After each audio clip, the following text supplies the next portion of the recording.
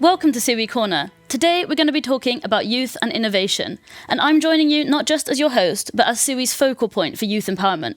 And with me, I have Henning, Göransson, Sandberg, a member of our water and sanitation team, but also the champion for youth empowerment in his team.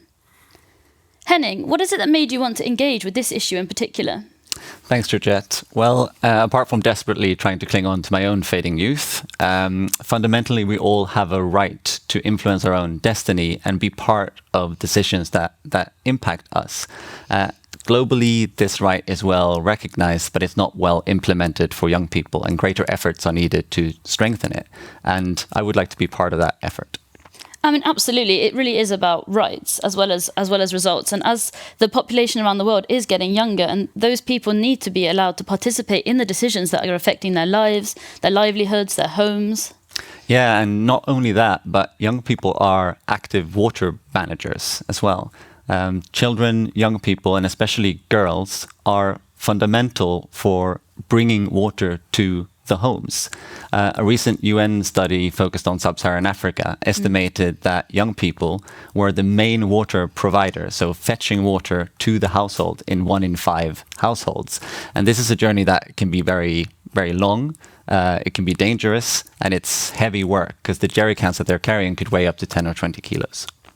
Wow. And I mean, in these contexts where children are, as you say, the water managers for households, of course they should be involved in any decisions made about how to improve the services, how to improve the infrastructure, because it's those children and young people who know best the shortcomings today. And this is something else that disproportionately affects girls, both because of societal pressures and social norms, and also because of the increased needs that anybody who menstruates has in order to be able to menstruate with dignity. And I think UNDP estimated that 443 school days were missed per year as a result of water and sanitation related issues.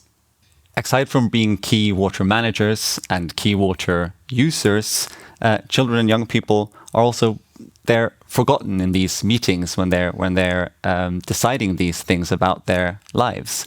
And stakeholders need to be made aware that children and young people are part of the solution. And there are youth water networks that exist, both at national level, but at local levels as well, but they're not well connected to the decision makers. And this connection needs to be made a lot stronger. And I think that is a crucial detail. There are young people and youth networks out there trying to influence decisions, and they need to be championed by those who make decisions, those who are already sitting in positions of influence. But it's certainly a promising and growing movement now that more and more young people and movements are demanding a seat at the table. Yeah, and we see this, for example, through the Fridays for Future movement, which has become really, really huge. But there are also loads of other climate change movements. There are also even like court cases which are being brought forward by young people. And they're all championing this idea that current generations need to take future generations into account when they're making big decisions about the future. One of the great successes of Stockholm Junior Water Prize is actually going to be taking part in a session on Friday about scaling up and community building.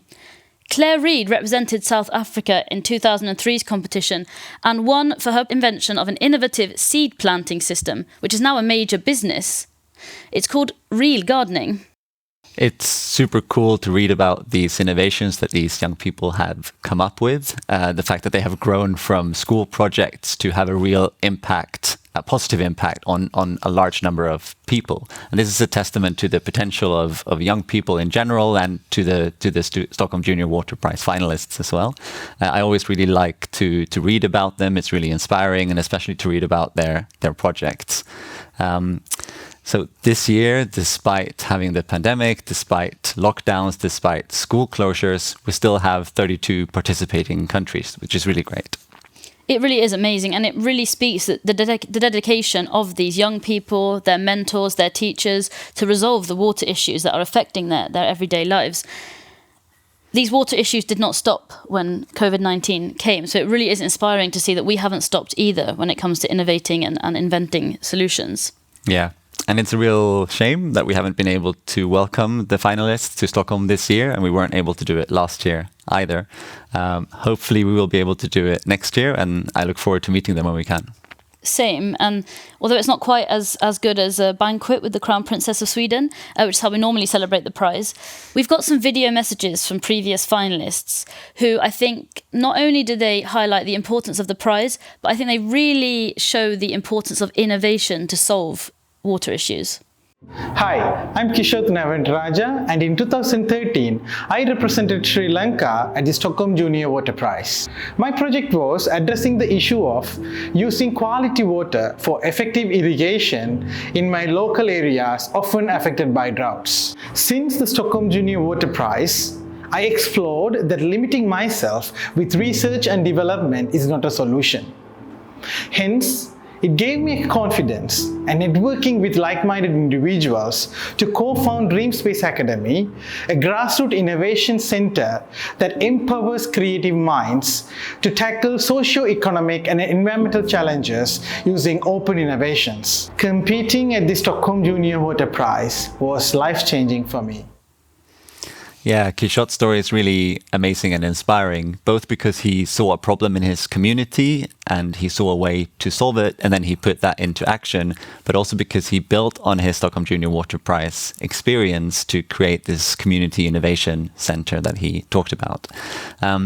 In a country like Sri Lanka, which has a tragic history of civil war, this innovation center is as much about community development and finding local solutions to local problems as it is about bringing people together and contribute to peace building and youth empowerment. 100%. And I think just specifically with Georgette, it also shows how water can be a catalyst for a lot of things. His innovation started with resolving a water issue and has led on to, as you said, community building, youth empowerment, and many more amazing things. So I think that's a really a testament to the Stockholm Junior Water Prize's reach and influence, that it continues to influence way beyond the sphere of water.